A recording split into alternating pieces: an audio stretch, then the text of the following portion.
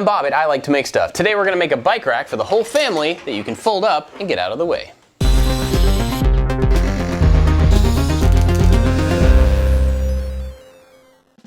Quite a few years ago, I made a bike rack on this channel, and it was made to go in front of our house under our carport to hold all of the bikes and skateboards and scooters and all that stuff that our family of 6 has. Well, now we've moved, so we don't have that anymore, but we do have a garage that we can build a bike rack in. This garage is full of other stuff, and most of it needs to stay in here except for that lumber rack. So we're gonna pull that out, clean up that area, and build a bike rack for the 6 bikes and all the stuff that goes with them. Let's do it.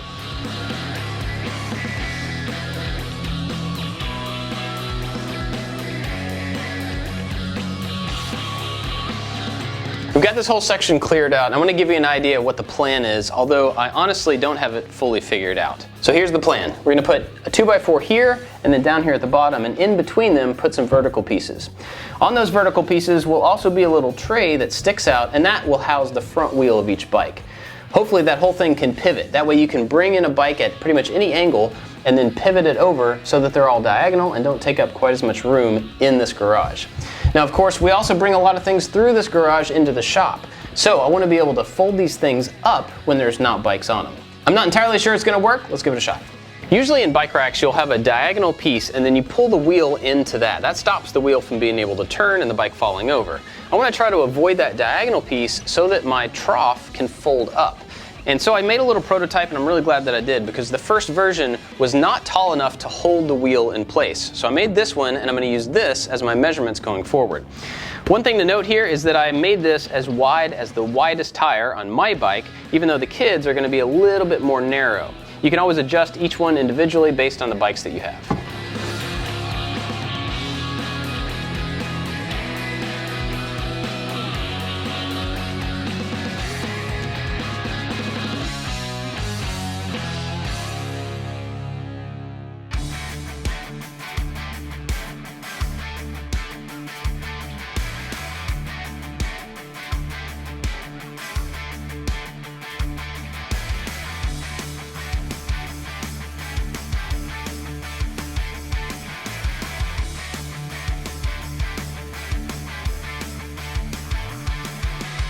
I ripped all these pieces on the table saw down to 2.5 inches wide, and that's the width of the wheel that I was talking about earlier. So each of these pieces are going to go down on the bottom, and then the center of the wheel is actually going to sit in between them. Then these long pieces will be the part that pivots on the mount on the wall. So basically we have this L shape, and we need to fill in this section of the trough with some plywood. I'm going to mix and match plywood with whatever I have here that's scrap. So it's going to look really bad, but I'm going to eventually paint it all to look the same. The size of the plywood is really what's going to allow it to capture the bike. So you really want to set the height of that piece of plywood and its length based on the wheels that you're putting in. The best way to do it is to measure down from the center and go down an inch or two, and then make sure that you measure the full dimension of the wheel so that you have something to capture it from front to back and as far up as possible.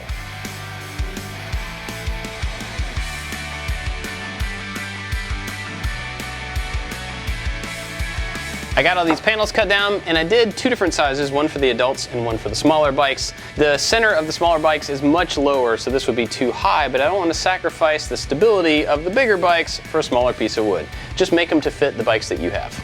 Putting these together is super simple. We're going to lay down one piece, put a block in each corner, and then pre-drill and screw in through all 3 pieces. These are going to be stacked up like this. Then there's also going to be a piece that's fit right here, and we're not going to attach that one yet. We're just going to leave room for it, because this whole assembly is going to need to be able to pivot on this so we can fold it up and get it out of the way.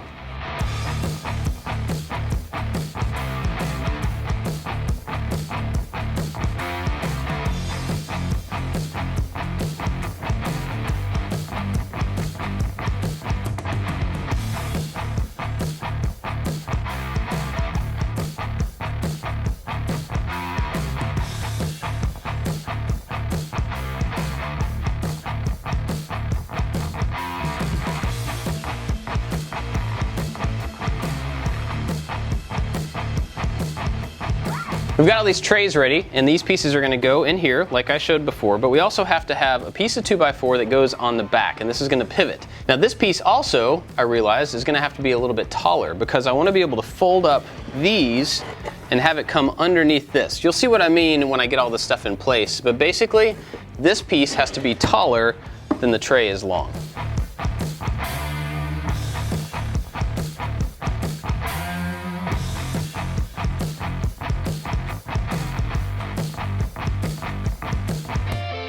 Now this piece that I just cut is going to go on the back of here, but before I attach it, I'm going to go ahead and cut out the little pivot point pieces that go on the top and the bottom. That's going to make it easier to visualize how this is all supposed to go together. Let me do that.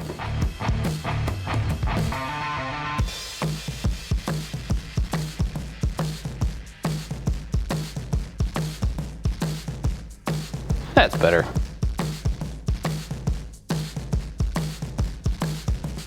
There's a whole lot that has to happen here. This piece needs to be able to fit in here, but the whole trough needs to be able to turn. I'm going to put in a little spacer just to make sure that we have enough room and there's not contact down there. Now this is all going to sit on another piece that's going to rotate around here. So we need to attach these pieces together. And so we'll glue and screw those so that it's a nice strong piece so that it can turn in all the different ways that it needs to turn.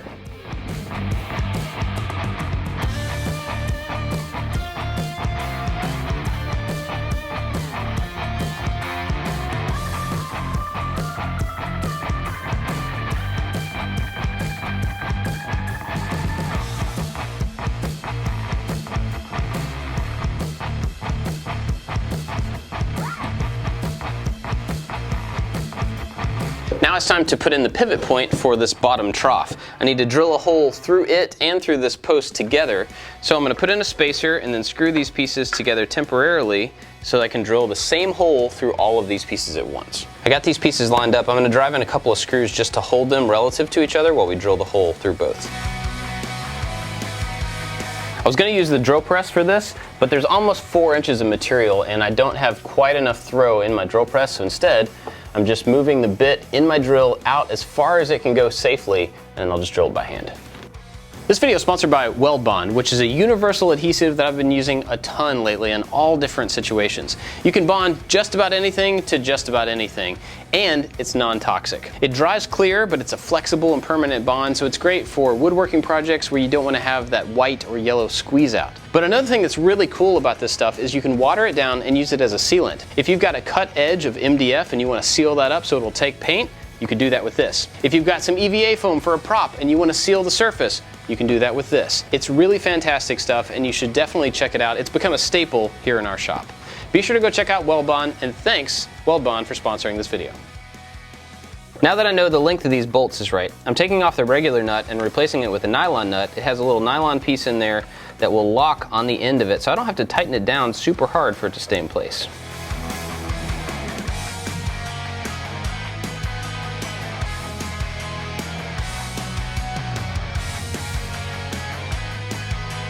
To make sure that all of the holes in these pivot pieces are the same position relative to the back edge, I set up a little fence here so I can push each one of them up to that fence and then drill the hole.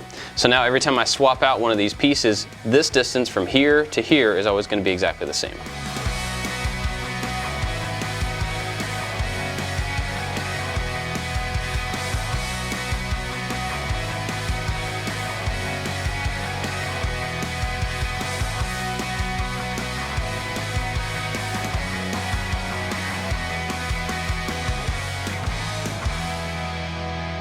It may be really hard to understand what we've done so far and how it's all going to go together, but let me give you an idea.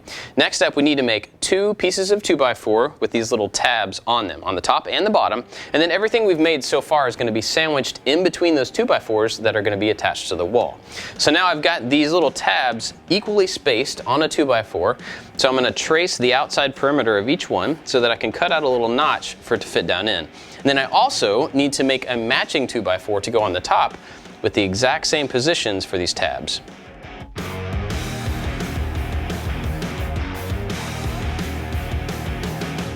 So I've got these lines drawn, but I need to cut these and make sure that they are in the exact same position on this piece. So I'm going to take both of these 2x4s, stand them up, line up the ends and clamp them together and make the cuts at the same time.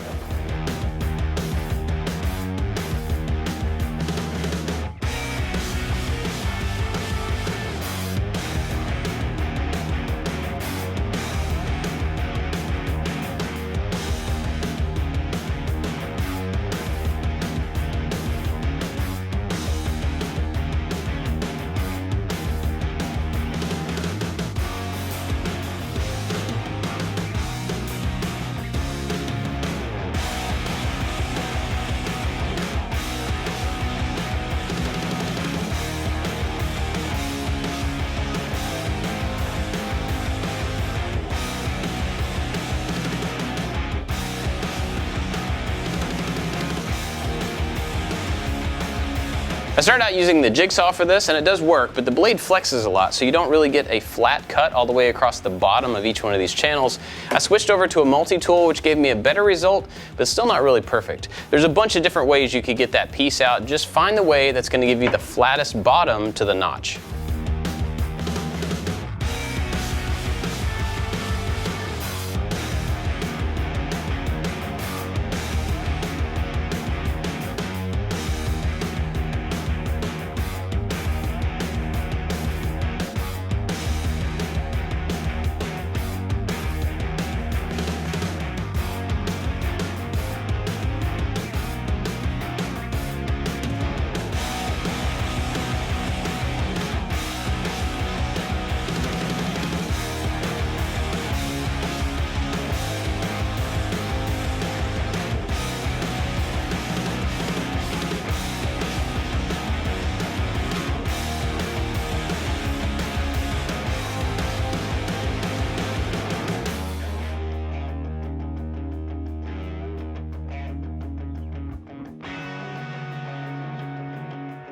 So here's what the individual piece looks like. I'm going to make another one of these exactly the same for the bottom, and then paint all of this stuff before we start assembling it.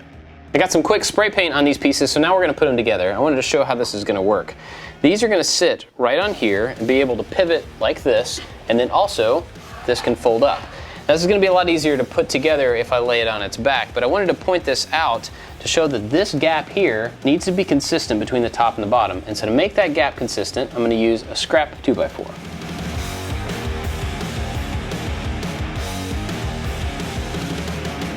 I'm also going to be putting a washer in between these two pieces on the top and the bottom, just to make it a little bit easier for it to pivot.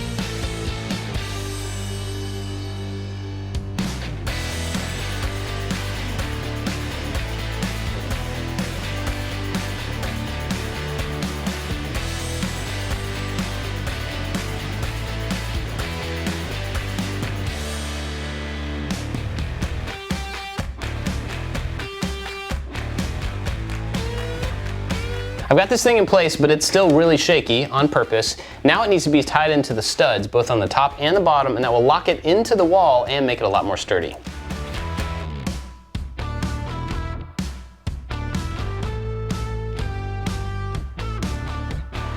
This thing's locked to the wall now, so we can see that these pieces can fold up out of the way, and when there's a bike in them, they can pivot to point the direction that they need to, so that you can get the bikes at an angle and they won't stick out into the room as far. Now honestly, I have not tried the big adult bikes on these yet, so we're going to give it a shot. But if these are not deep enough to hold that bike upright, we can always add a diagonal piece here, and that should help support it. So we're going to ride this thing right up into there.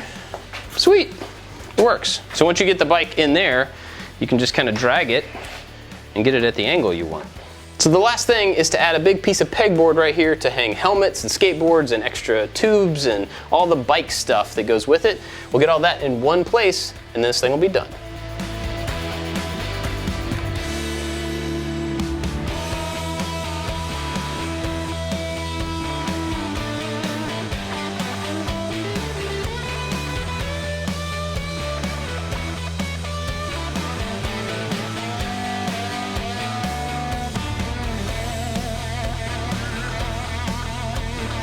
Now we just load up all the bikes and we're good to go. This whole section and this whole garage is now way more organized than it was before, and this project is really simple. It's awesome to have the helmets right here by the bike so the kids have no excuse not to grab their helmet when they take their bike out for a ride.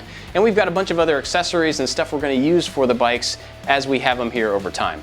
We had some extra space and I ended up hanging some of my climbing equipment. It's a great wall space to hang awkward stuff like this that's otherwise just going to be in a pile on the floor. This project is really simple. It uses simple materials and it's totally accessible, but it makes your space better. If this project gave you some ideas of how to make your garage better or organize your bikes, please let me know down in the comments. I would love to hear about it. We have tons of other types of project videos that you may be interested in as well. Check some of those out over there, and if you're not subscribed, be sure to do that too. That's it for this one. Thanks for watching. See you next time. Tons of other types of project videos that you may be interested in. Now we just load up all the bikes and we're good to go. Good. They can fold up and get out of the way. Ow.